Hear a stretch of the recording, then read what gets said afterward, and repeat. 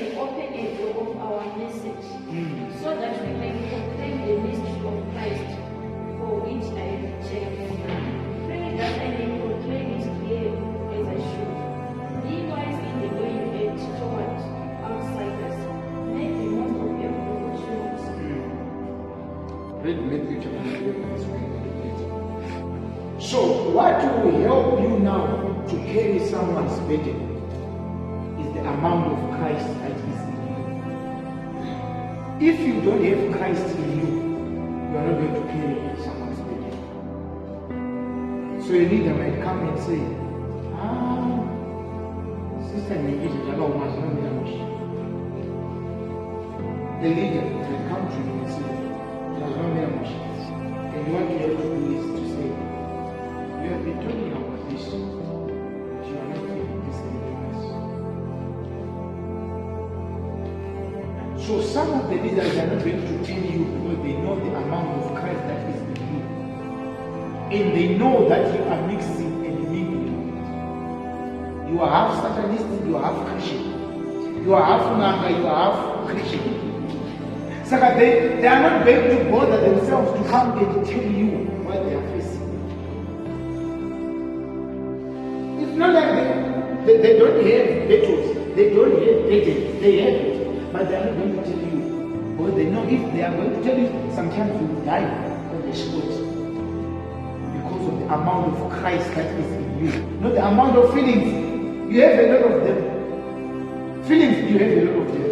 But when it comes to Christ, don't have the Christ that is fit for you to carry someone's burden. Some of the burden that we are carrying, we are not worthy to carry them. But because Christ put something in us for us to carry those burdens.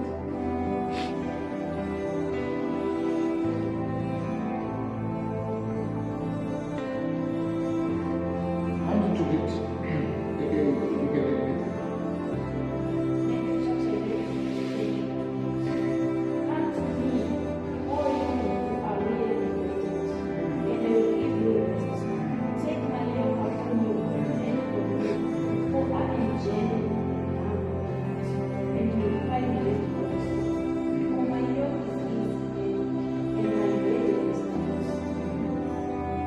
So what will help you to carry someone's burden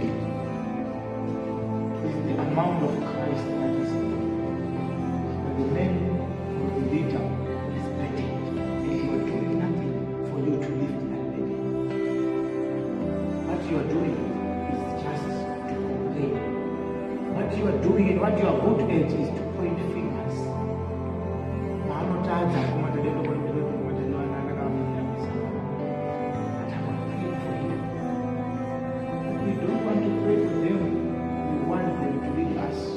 We want them to organize all night.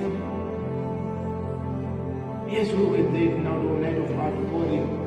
The Lord outpour His Spirit. But you are not praying for the men or the people that organize the and some of them are troubled because you were absent from the beginning to the end. You were absent. Sometimes you were there physically, but you were absent.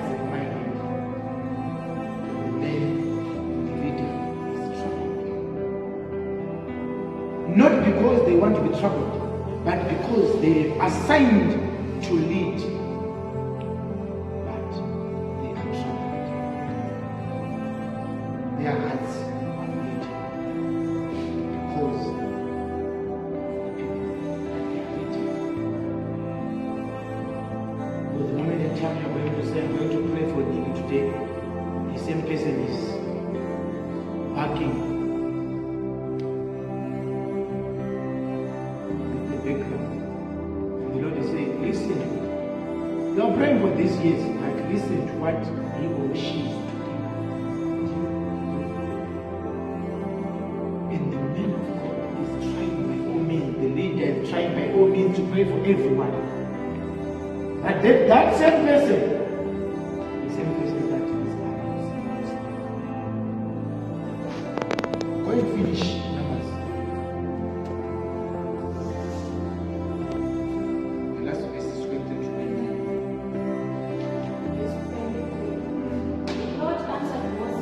The Lord is now answering the trouble of Shaul, the trouble of Moses. If the Lord is answering to short, now you will see whether or not what I say will come true. So Moses went out and told the people what the Lord had said. He brought together 70 of their elders. Moses is now being assigned after the Lord sees that Moses is in trouble. And Moses is now saying, take my life. Take my life, I have to die. Now Moses is now saying, Lord, take my life, I want to die because these burdens, I can't carry it anymore. Now the Lord is now replying to the prayer that was made by Moses. The same applies to Elijah. He said, take my life, for I'm not worth it more than my forefathers. The moment in time Elijah said, take my life, the Lord intervened and said, go and anoint Elisha to be your successor. Because he was troubled. Moses is now saying, take my life, because I am troubled because of all this. Now Moses is now saying, go and gather 72 elders and let them come so that they will share the same burden. Is now the Lord intervening, not people. Even Joshua never bothered himself to carry the burden. Even the closest Aaron never bothered himself to carry the same burden. Joshua never bothered to carry the same burden. But now the Lord is saying, go and gather the elders, 72 of them, to carry the burden. So I want you to measure the magnitude of the burden. 72 elders to share the same burden that was on one person. 72 elders to carry the burden that was on one person. But what we know is, the Spirit of Moses was shared, not knowing it was an answer to the burden that Moses had. But now, I'm going to invitation. Chakata share my burden. Saka Moses actually let me die. But now he said, go and gather 72 elders. Just imagine the magnitude. 72 elders. All these burdens, they were being carried by one person.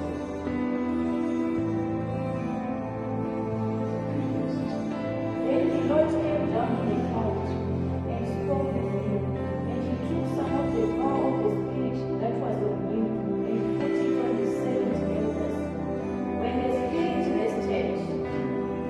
rested on them, they prophesied, but not to so again. So, but not knowing the background of the story, but it was Moses who was speaking. He said, I'm burdened and I'm tired. Take my life. Go and gather 72 elders. Thank you so much. Go and gather 72 elders. Only to share the burden that was in one person. And the Bible says Moses gathered them. 70 was recorded, and 2 remained in the camp. But the family of Moses is going to remain here. And I'm just like I am. Joshua said, and the Lord don't bati umeyaona na Moses now mali now yeye alipo 72 but 70 then 2 wali camp bali makapatwa nini wali camp but the people are sitting there kuti kumafamba each and every day but they have to share with them. That was what Joshua said.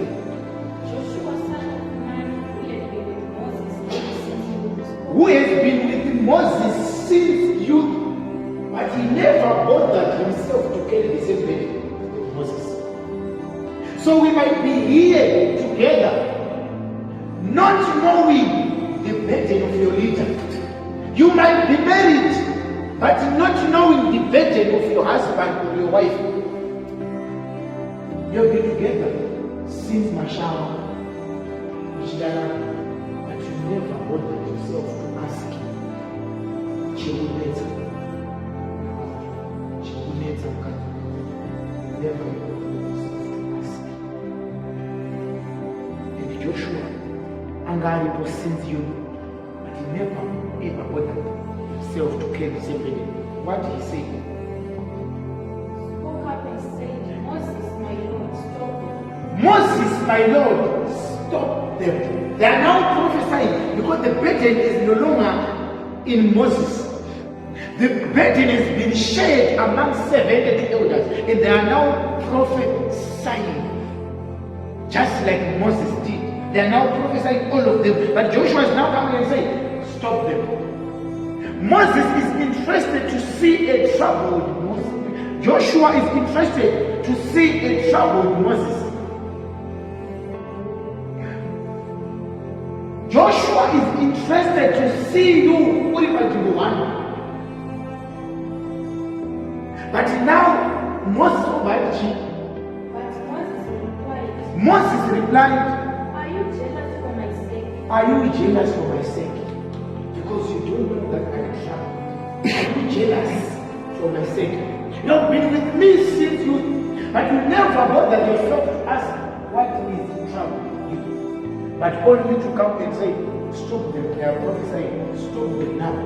Stop them, they are prophesying. Stop them, everyone is leading prayer. Stop them. I am now sharing my burden with them. I'm now sharing my burden with you.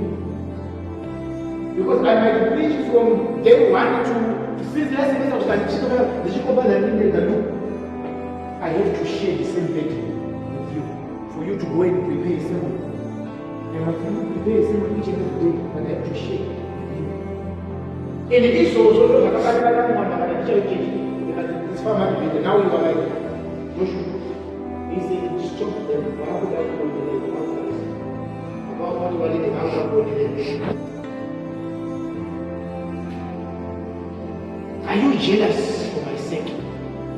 Are you jealous for my sake? I wish that all the Lord's people were prophets. I wish every one of you to preach. I wish every one of you to pray for people so that I might rest as a leader. I might rest as Moses.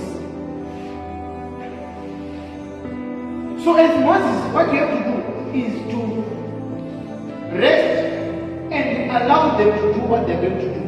But if you have a friend just like Joshua, he's going to say, stop.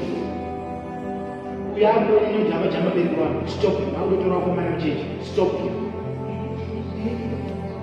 Maybe I have a voice like I listen to him, but I will stop him. Stop him. Israel's mommy saying, Israel's